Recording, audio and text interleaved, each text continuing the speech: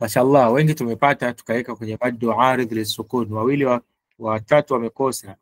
It means wengine wakasema maddu tabi'i wakakosa wawili hapa.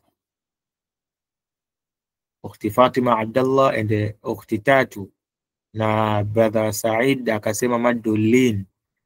Hii amekosa watatu.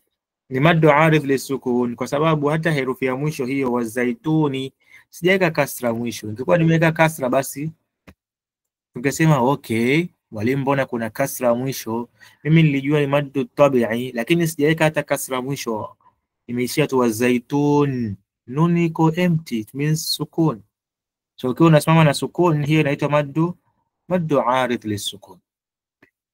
Wa alaykum salam wa rahmatullahi wa barakatuh. We can start now. Rabbi shrah li sadri wa yassir li amri wahlul 'uqdatan min lisani yafqahu qawli. Allahumma 'allimna bima yanfa'una wa yanfa'una bima 'allamtana innaka antal alimul hakim. Amin ya Rabbi. Karibuni tena sana, ni katika darasa letu la mafunzo ya Qur'an. Mafunzo ya Qur'an.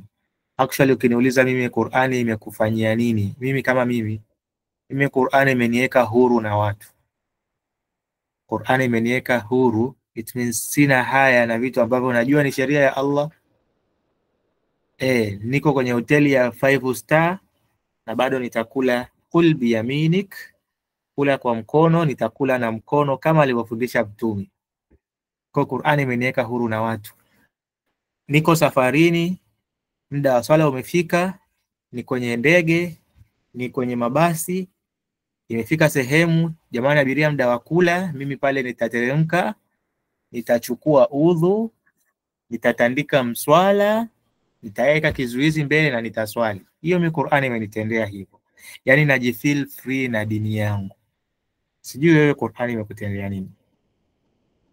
So hiyo ni Qur'ani imenifanyia. So wote ifike tubadilishe huko. Tutoke katika kuona haya bali sasa ujifeel proud na kile Qur'ani ilichokufanyia ni nini.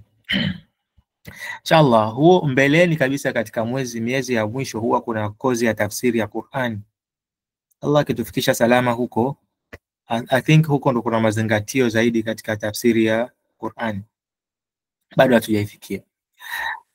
Tumesoma maddu lin, tumesoma maddu aridh lisukun, tumesoma maddu iwad, tumesoma maddu albadal, tumesoma maddu tabi'i. Leo tunaendelea aina nyingine. Bismillahirrahmanirrahim. Aina nyingine inaitwa maddu wajib muttasil. Wajib muttasil. Wajib muttasil. So tuwe makini na hii tena mada hapa. Wajib muttasil tuifahamu leo. Amin ya Rabbi. Zaidi amin. Maddu wajib muttasil inamaanisha nini? Kama vile ulivyozihifadhi hizo mada zingine, sasa tunaendelea na tukumbuke mada za kuanzia 2 tulishazimaliza. Mada za kuvuta haraka 2 hizo zilishaisha nyuma huko. Maddu tabi'i inavutwa haraka 2, maddu albadal inavutwa haraka 2, maddu iwadh inavutwa haraka 2. And then tukaja maddu aridh lisukun, inategemea, inaanzia 2, 4, 6. Kwa kuanzia hapo aridh lisukun inapanda. Ikaja lin letters nazo pia zina hivyo inategemea 2, 4, 6 unaweza ukavuta. Lakini kuanzia leo hapa hakuna cha 2 tena. Hizo mada za 2 tunaziacha huko juu. Huku sasa kivyo vyote haivutwi tena 2.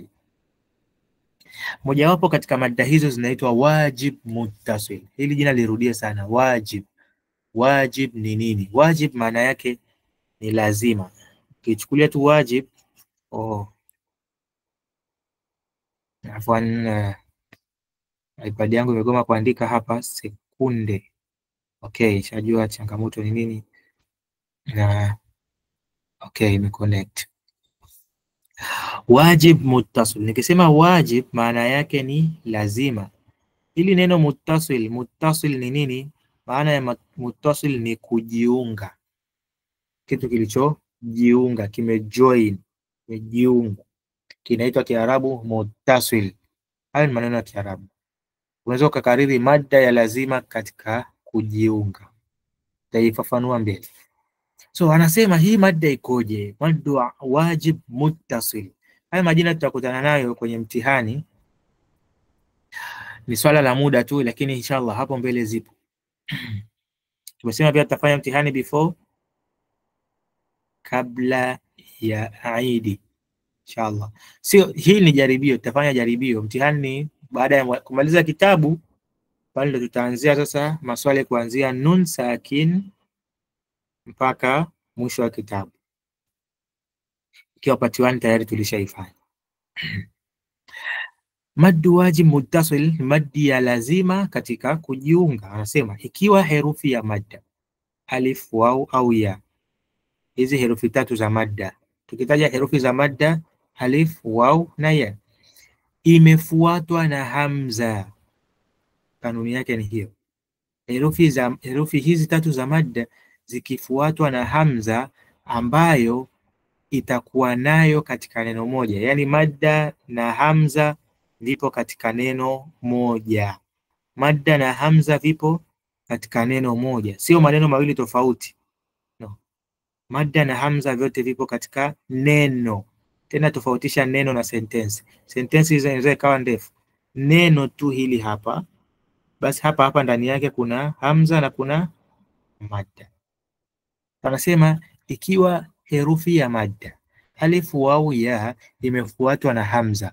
Kumbuka hizo kanuni za nyuma zote tulikuwa tunasema isipokuwa usiwe na hamza mbele au herufi yenye sukuni. Kama utakuwa unakumbuka hiyo. Maddu tabi'a tukasema isipokuwa usiwe na hamza au sukuni. Maddu iwad tukasema madda tanwin, haina shaka ile tanwin fatha. Maddu badal hivyo tukasema isipokuwa hamza. So lakini hii hapa sasa yenyewe sio tena isipokuwa, bali inatakiwa iwe hamza ipo mbele yake, ndio sharti lake, na sharti kubwa. That's why imeitwa muttasil. Muttasil ni kujiunga, yani hamza na madda zimejiunga kwenye neno moja. Hii nairudia sana sababu itakuchanganya ikiwa tena hujanielewa hapa. Hamza na madda zipo kwenye neno moja.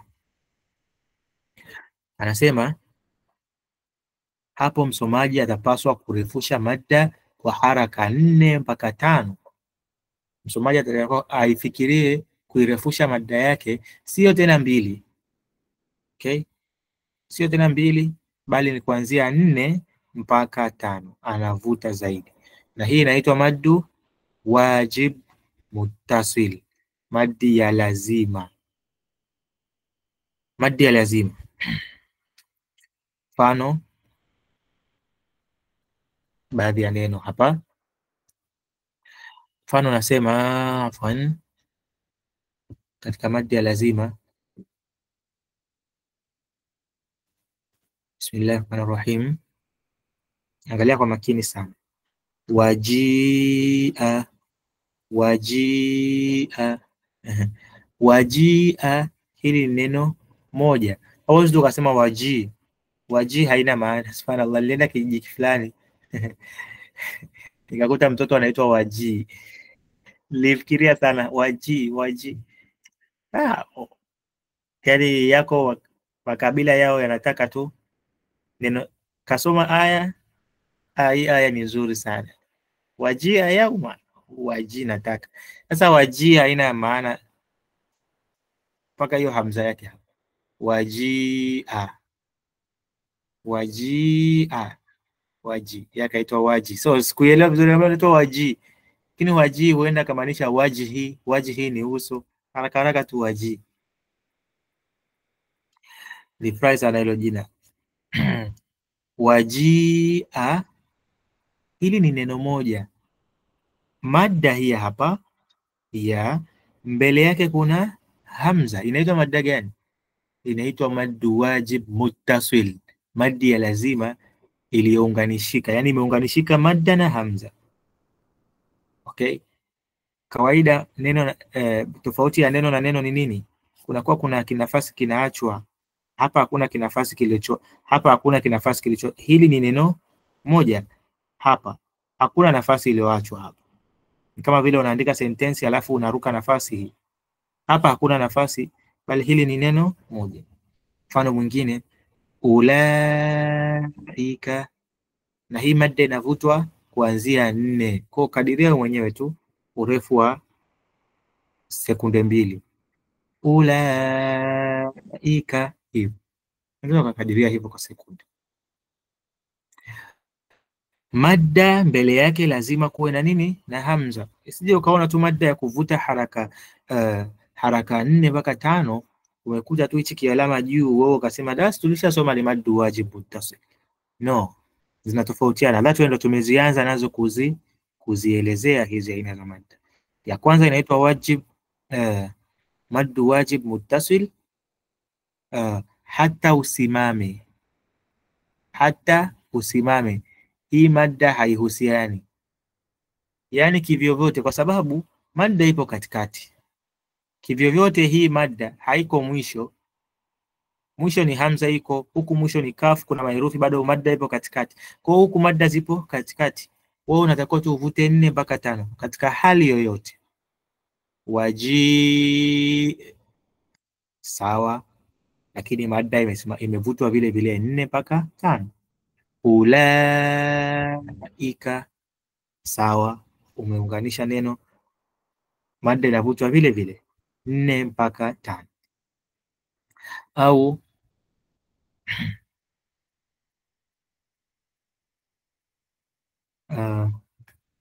actually I think speta, kama mtasoma niwasikie nyie mwelisomaje hilo neno hapo. Niwashe microphone zenu,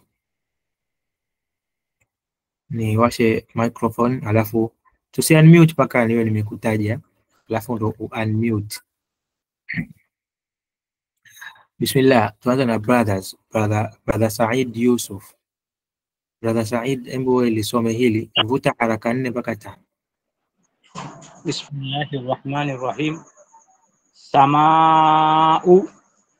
Aiwa, anza na hamzatul wasli, ikiwa mwanzo unasomwaje hapo?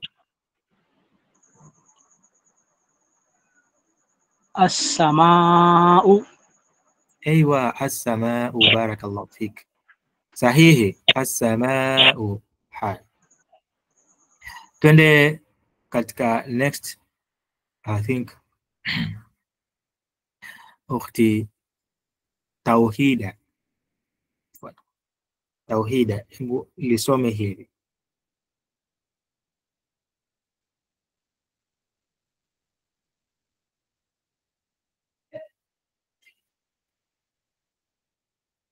Huenda okay, now. Bismillahirrahmanirrahim. Shaa. Aiwa, barakallahu fik. Shaa, hiyo ndo namna ya kukadiria. Ukisema tu shaa, umevuta, lakini umevuta 2. Shaa umevuta, lakini 2, haitakiwi hivyo. Utakuwa uvute kukadiria pumzi yako iende 4 mpaka 5. Haya, brother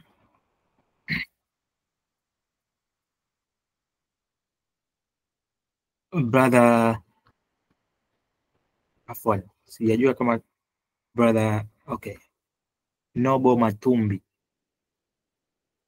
Nobo Nyekisia, Nobo, nadhani hilo litakuwa jina la kazi, japo imejirudia, na wewe isome hii hivyo hivyo. Au ukiwa ana test mic bado haijakaa vizuri, brother Ajwed unaweza lisoma hili. Billahi minash shaitani rajim. Bismillahir rahmanir rahim. As-samaa. Aiwa, as-samaa, barakallahu fik. So sharti la mpaka iwe maddu wajib muttasil ni lipi? Sharti la iwe maddu wajib muttasil, nani atakuwa amefahamu sharti mpaka iwe wajib muttasil, sharti lake ni?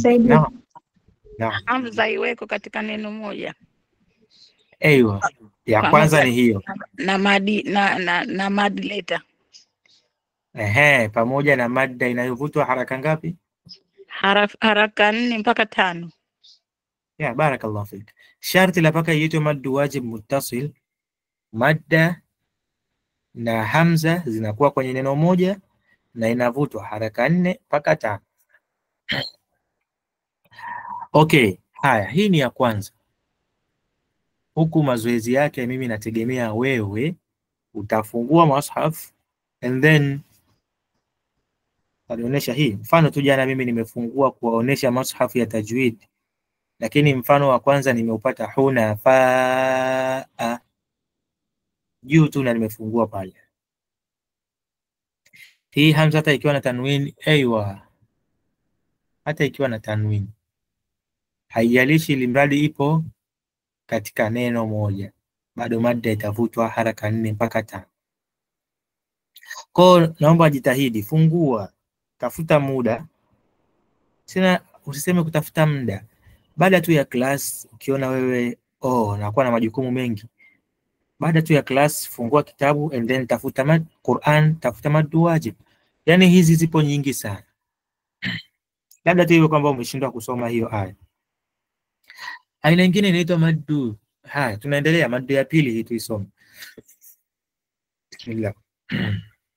Maddu jaiz munfasil. Aina ya pili inaitwa maddu jaiz. Aiywa, mursalat pia nimeambiwa zipo kibao. So it means wote unapofanya msahafu hivi, sidhani kama utatoka hujaona neno lenye madda. Zimejaa sana kwenye Qur'an. Okay? Ya pili hii katika ambazo zinavutwa kuanzia haraka 4 mpaka 5, haijalishi ni hali gani, utavuta 4 mpaka 5. Anasema inaitwa maddu jaiz munfasil. Inaitwa jaiz munfasil. Kiswahili chake jaiz maana yake imeruhusiwa, inajuzu. Hiyo ukisema inajuzu ni neno la Kiarabu jaiz, hadha jaiz, ili linajuzu. Kujuzu maana yake nini? Kuruhusiwa. Okay, inaruhusiwa, jaiz. Okay, munfasil maana yake ni kutenganisha. Ile kule ni kuunganisha, hii ni kutenganisha. Maddu jaiz munfasil. Hizi tunasoma, hizi ni madda lazima za kuvuta katika Qur'an. Jaiz maana yake imeruhusiwa, munfasil kutenganisha, muttasil kuunganisha. So hii tofauti yake ni ndogo sana. Sio utajitahidi vipi uikariri munfasil na muttasil. Munfasil, muttasil. Munfasil kutenganisha, muttasil kuunganisha. Wajib lazima, jaiz imeruhusiwa. So haya maneno mawili haya jaiz, unaweza ukashika hivyo, jaiz, maddu jaiz, maddu wajib. Okay, ufupi unaweza ukafahamu ukashika hivyo, lakini neno la mbele la maana pia katika madda hiyo. Muttasil, muttasil ni hamza imeungana na madda, lakini hii hapa yenyewe ni munfasil. Munfasil ni kutenganisha. Ikiwa herufi ya madda vile vile alif au ya iko mwishoni mwa neno, hii sasa ni madda ipo mwishoni mwa neno. Hii ni madda hapa. Alafu anasema neno linalofuata hamza imeanza mwanzoni mwa neno lingine. Yaani neno linalofuata ndo hamza imeanza hapa. Okay? Yaani madda ni hii. Hii ni madda. Lakini neno linalofuata hapa, hili ni neno na neno. Hili huku ni neno na hili huku neno lingine linaanza huku. Okay? So anasema hii ndo kanuni. Herufi ya madda iko hapa mwishoni mwa neno la huku. Alafu neno linalofuata tu tena hamza inaanza huku. Ya kwanza tulisomaje? Tukasema wajib ni hamza na madda vyote vipo katika neno moja ndani hapa. Lakini hii ni maneno mawili tofauti. Madda iko mwisho and then hamza imeanza huku. Okay? Hii inaitwa jaiz munfasil. Jaiz munfasil. Sasa yenyewe inakuwaje? Anasema ikiwa herufi ya madda alif, waw au ya, tunarudia hivi. Ikiwa herufi ya madda alif, waw au ya, hizi ni herufi za madda alif, waw au ya. ipo mwishoni mwa neno. Herufi ya madda ipo mwishoni mwa neno. Haujaambiwa mwishoni mwa aya. Tofautisha aya na neno. Ukisema neno tunamaanisha hili ni neno, then na hili huku ni neno. Neno na neno. Okay? Neno na neno. So madda ikiwa mwishoni mwa neno, hili neno la kwanza limeishia na madda, alafu inafuatwa na hamza ambayo ipo mwanzoni mwa neno linalofuata. Hamza sasa ipo katika neno lingine. Madda ipo mwishoni mwa neno, lakini neno linalofuata mbele hamza ipo mwanzoni mwake. Zipo hivi. Tofauti na ile ya kwanza ilikuwa madda na hamza vipo kwenye neno moja. Hivi vimekaribiana. Hili ni neno moja. Lakini hapa madda na hamza vipo kwenye maneno mawili tofauti. Hii moja ipo mwishoni mwa neno, hii nyingine ipo mwanzoni mwa neno. Tofauti yake ni ndogo sana. Tutaona kwenye mfano. Anasema ikiwa sasa ipo hivi, madda na hamza, madda ipo mwishoni mwa neno, hamza ipo katika neno linalofuatia, msomaji anatakiwa kurefusha herufi ya madda kwa haraka 4 mpaka 5, na hii inaitwa maddu jaiz munfasil. Jaiz munfasil. Mfano tena, turudia hapa. Ni nini? Anasema jaiz inaruhusiwa, munfasil zilizotengana. Ikiwa madda, herufi za madda alif, waw au ya zinasomwa, hizi herufi za madda zipo mwishoni mwa neno, alafu imefuatiwa na hamza ambayo inasomwa ipo mwanzoni mwa neno lingine, neno linalofuatia.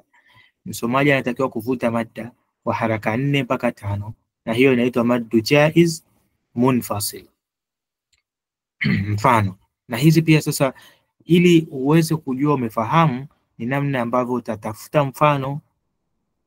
mfano, halafu utausoma katika group. Mfano wa maddu wajib muttasil na maddu jaiz munfasil. Hii inasomwa inna zalnahu. Inna, madda ni hii hapa. Kiangalia madda mbele yake, kwanza madda ipo mwishoni mwa neno. Hili ni neno. Ukisema tu inna, hilo ni neno. Hakika sisi ni neno. Inna, na kuna kispace hapa. Si kispace ndio kinakuonesha kwamba hili ni neno na hili ni neno. Inna. Ukianza tu a, means herufi ya kwanza imefuatiwa na nini? Na hamza. So madda ikiwa mwishoni mwa neno, alafu herufi inayofuatia katika neno linalofuata ni nini? Ni hamza. Hii inaitwa maddu jaiz munfasil. Jaiz munfasil. Tukisema jaiz munfasil, maana yake maddi inayofaa, yani hiyo pia ni kitu kama lazima. Okay, tunaongelea lazima iliyotengana. Lazima itakuwepo kuna madda hapo, lakini zimetengana. Inna anzalnahu. Hii nun, hii ni madda. Ukisema anzalnahu, hii ni maddu tabi'i. Ikiwa tunasimama anzalna, inakuwa maddu arid lisukun. Hii inavutwa haraka 4 mpaka 5, kama vile tulivyosema katika maddu wajib. Tofauti yake tu huku ni moja. Madda na hamza zipo maneno mawili tofauti. Ndio tofauti hiyo, lakini zote zinavutwa hivyo hivyo 4 mpaka 5. Mfano mwingine. Bismillah. Unaweza kujaribu kusoma hii. Afwan, tuchaguane hapa. Bismillah. Ukhti Saada Musa, kujaribu hii.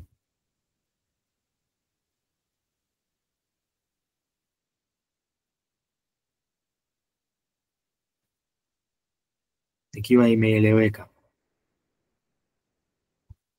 Huenda Uktisada, sijui sija block mtu asianmute. Uktisada Musa anaweza kanmute, huenda kama amepitiwa. Assalamu alaikum. Assalamu alaikum warahmatullahi wabarakatuh. Wa alaikum salam wa rahmatullahi wa barakatuh. Naam. Nasoma ipi hapo? La pili hapo. A'udhu billahi minash shaitanir rajim. Alladhi anqadha. Ewa, inaitwa mada gani hii?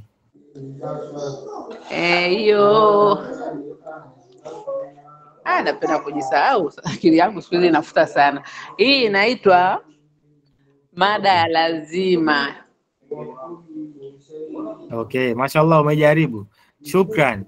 Hii inaitwa mada inayofaa. Inaitwa mada inayofaa au mada inayoruhusiwa.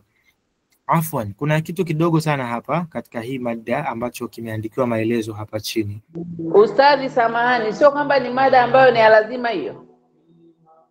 Ya lazima hii hapa juu. Hii huko inaitwa madu wajib. Nataka tutofautishe kitu hapo. Usiite na hii huku lazima, bali ya lazima ni hii huku ya lazima ni hii ya kwanza imeitwa madu wajib muttasil. Hii huku ndo jina lake imeitwa kabisa lazima. Mada ya lazima inakuwa hamza na mada zipo kwenye neno moja. Tusisahau hili. Hiyo kwa hiyo imeshanisha neno. Yes, zilizotengana neno. Na kwa nini hii ya pili haijaitwa mada ya lazima? Afwan. Haya, nimemute sauti hapa mara moja. Kwa nini ya pili haijaitwa mada ya lazima? Hii ya pili imeitwa jaiz. Kwa nini? Kanuni ni ile ile. Hii yenyewe kuna maneno chini kidogo panasema ikiwa msomaji atasimama kwenye neno lenye mada, yani alladhi.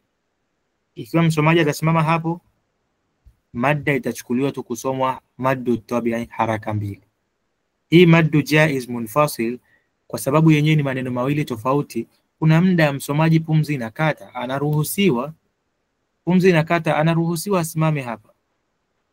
Alladhi. Sasa akitaka kusimama kwenye alladhi hapa, haiitwi tena maddu jaiz munfasil.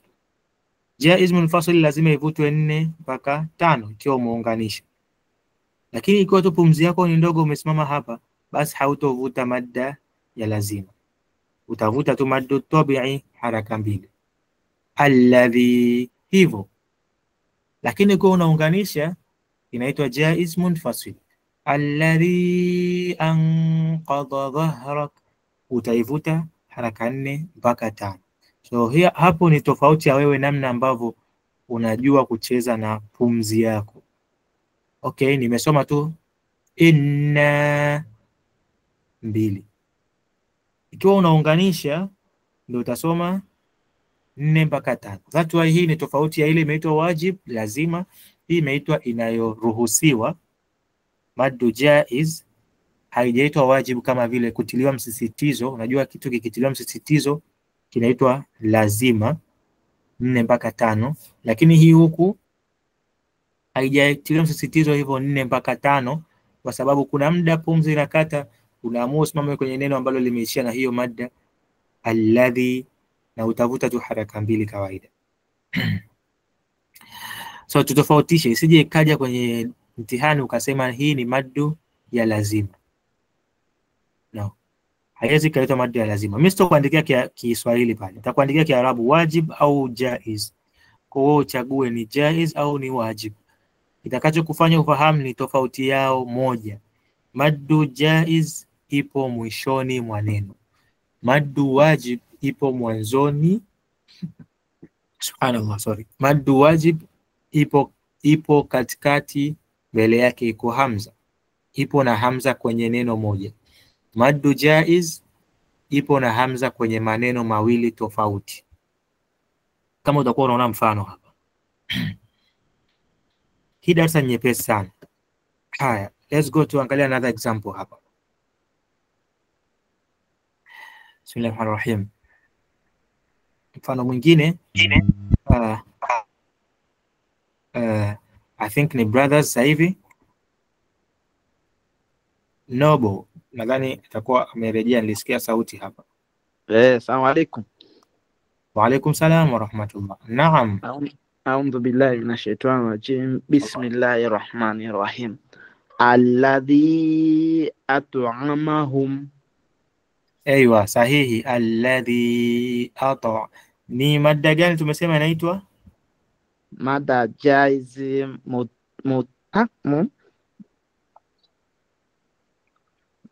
إذا لا مش متصل. No, muttasil ni ile nyingine. Sio muttasil hii. Munfasil.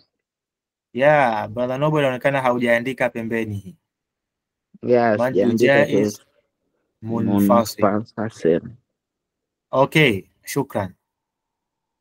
So tuandike pembeni ikiwa hauna kitabu. Samahani sana, vitabu viliisha. Wengi sana wameweka order ya vitabu lakini viliisha ghafla, hata mimi bila kujua.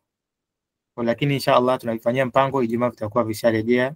Kwa ambao tayari walituma hela ya vitabu, inshallah tutawasafirishia Ijumaa.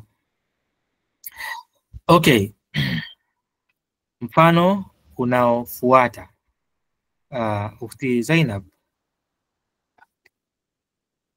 Bismillahirrahmanirrahim. Yalbathu illa Zainab au Ukhti Zena? Okay. Aha, naona amewahi kusoma. Mashallah. Haya, siku nyingine Ukhti Zainab na wewe uwe fast. Pole. Yeah, unajua baadhi ya majina tu ukisikia tu zzz unawahi ta Mike. Kwa yeye ameshasikia tu zzz tayari. Shukrani sana Ukhti Zena. Tena unaweza kairejea. yalbathu illa. Inaitwa madu gani? Mad jaiz munfasil. Aiyo, barakallahu fik. Madu jaiz munfasil. Alhamdulillah. Hii tumesema tofauti yake ni moja na ile madda. Hii iko mwishoni mwa neno. You see? Yenyewe iko mwisho alafu inafuatiwa na hamza. Hii herufi alif haisomwi, tulisema kwa sababu juu ina cycle. Katika Qur'ani ukikuta herufi ina cycle sukun, yani ina kimduara juu, hii herufi haisomi. Kwa tuanze atuihesabu hii herufi. Madda ndio iko mwisho, mbele imefuatiwa na nini? Na hamza. Hii inaitwa jaiz munfasil. Lakini ikiwa umesoma tu hili neno ukasimama hapa, itaitwa maddu tabi'i. Yalbathu, utavuta mbili. Na wala sio yalbathu alafu umesimama. No. Nadhani hata katika namna za kusimama tulisoma hivyo. Namna za kusimama tukasema labda sijui kama kile kitabu kipo karibu. Tukasema ikiwa umekuta maddu extra maddi mwishoni mwa neno, hiyo kimaanisha kabisa ni maddu gani? Ni jaiz munfasil. Ndio huwa inakaa mwishoni mwa neno. Ukiwa unasoma ukakuta maddu mwishoni mwa neno, mfano katika namna za kusimama iko hapa. Hii hapa. Kiboksi cha chini kabisa. Nasema inni, sema inavutwa hivyo.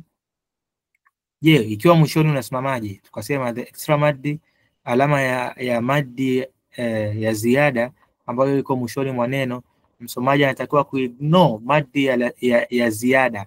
Yani hichi kialama hichi ambacho kinamaanisha maddi ya ziada hichi juu hapa, unatakiwa kuignore na uvute tu normal maddi. It means hii sasa tulikuwa tukisoma kimafumbo, normal maddi ni nini? Ni maddu tabi'i.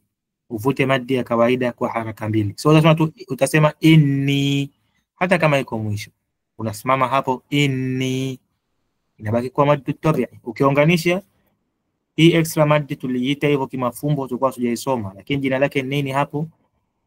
Ni maddu jaiz munfasil.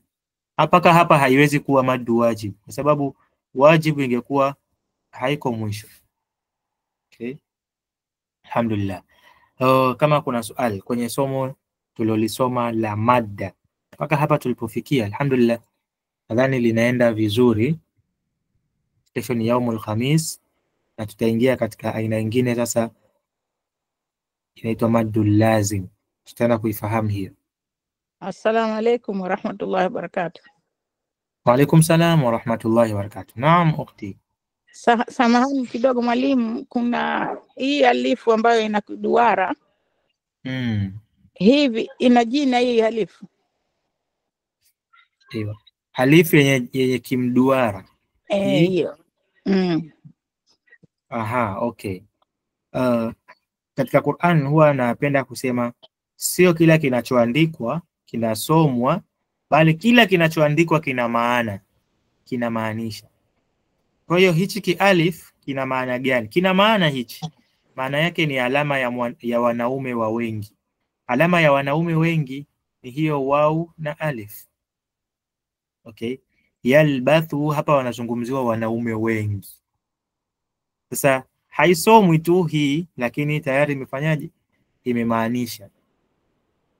Okay,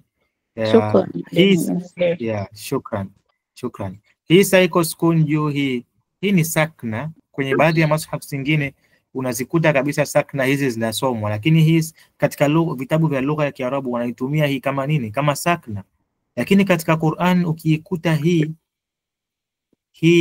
Qur'an tunayoisoma sisi kama tajwid, hii haisomwi, bali hii ndio inatumika kama sukun.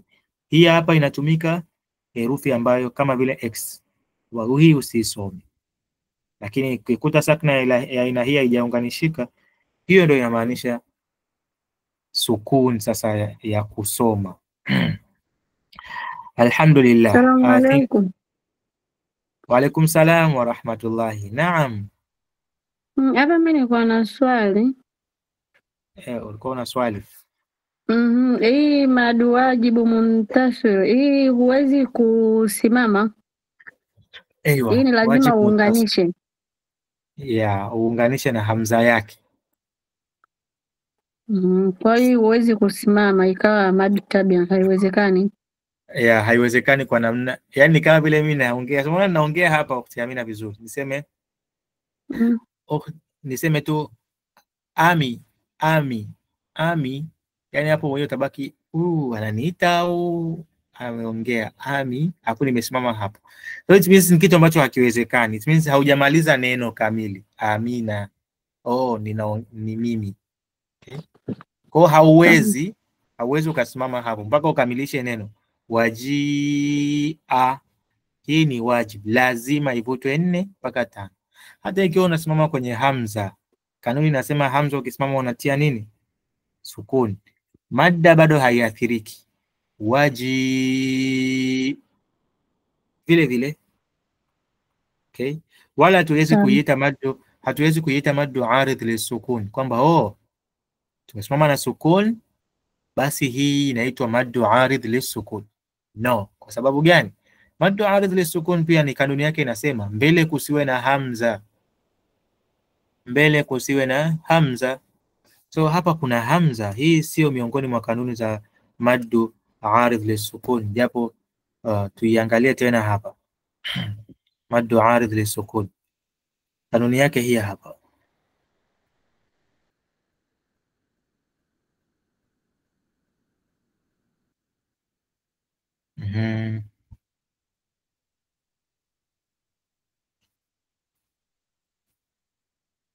Maddu aridh lisukun ni hii.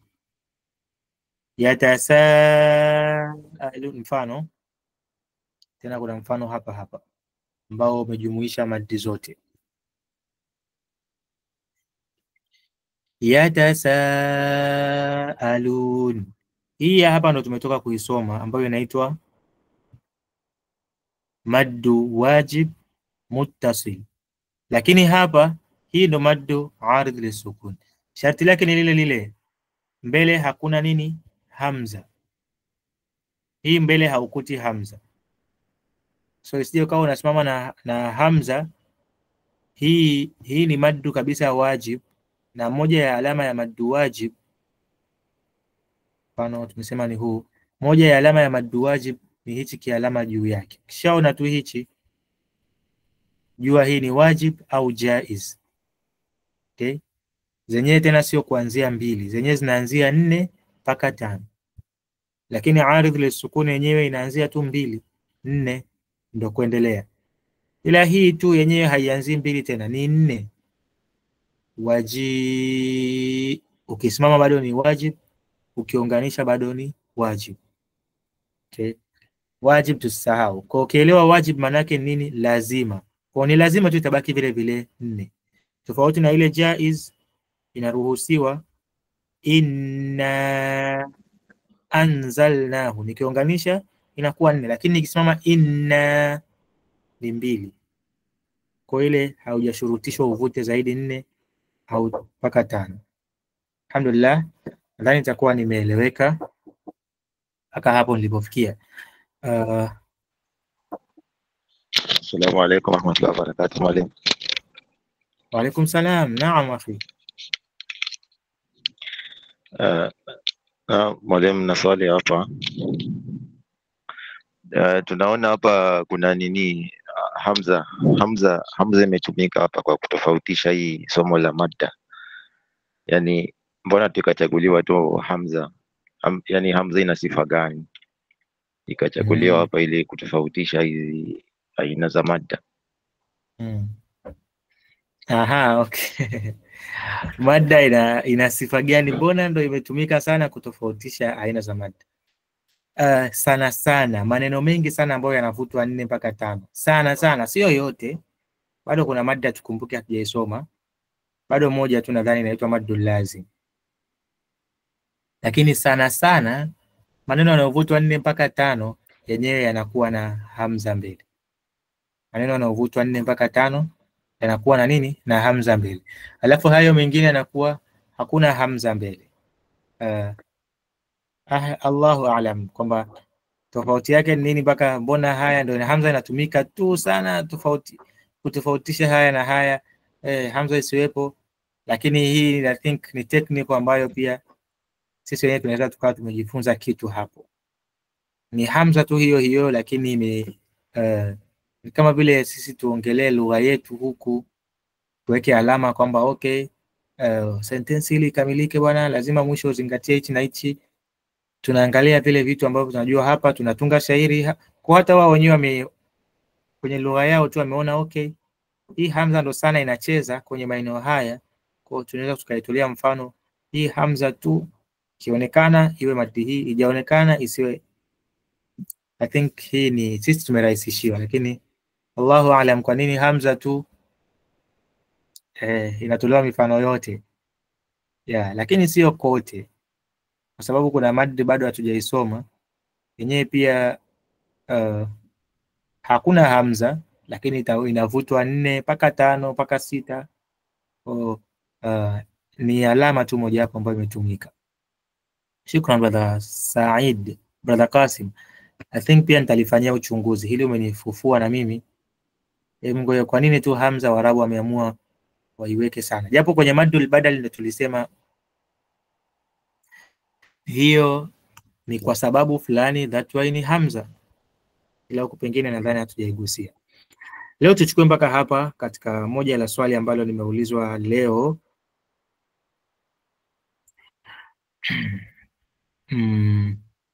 Nimeulizwa muda sio mrefu, nimeangalia swali ambalo nimeulizwa muda sio mrefu. Mjamzito, mimi ni mjamzito, nashindwa kusimama nikaswali, na nikikaa kwa kunyoosha miguu naumia mgongo. Je, naweza kuswali nikiwa nimepiga magoti?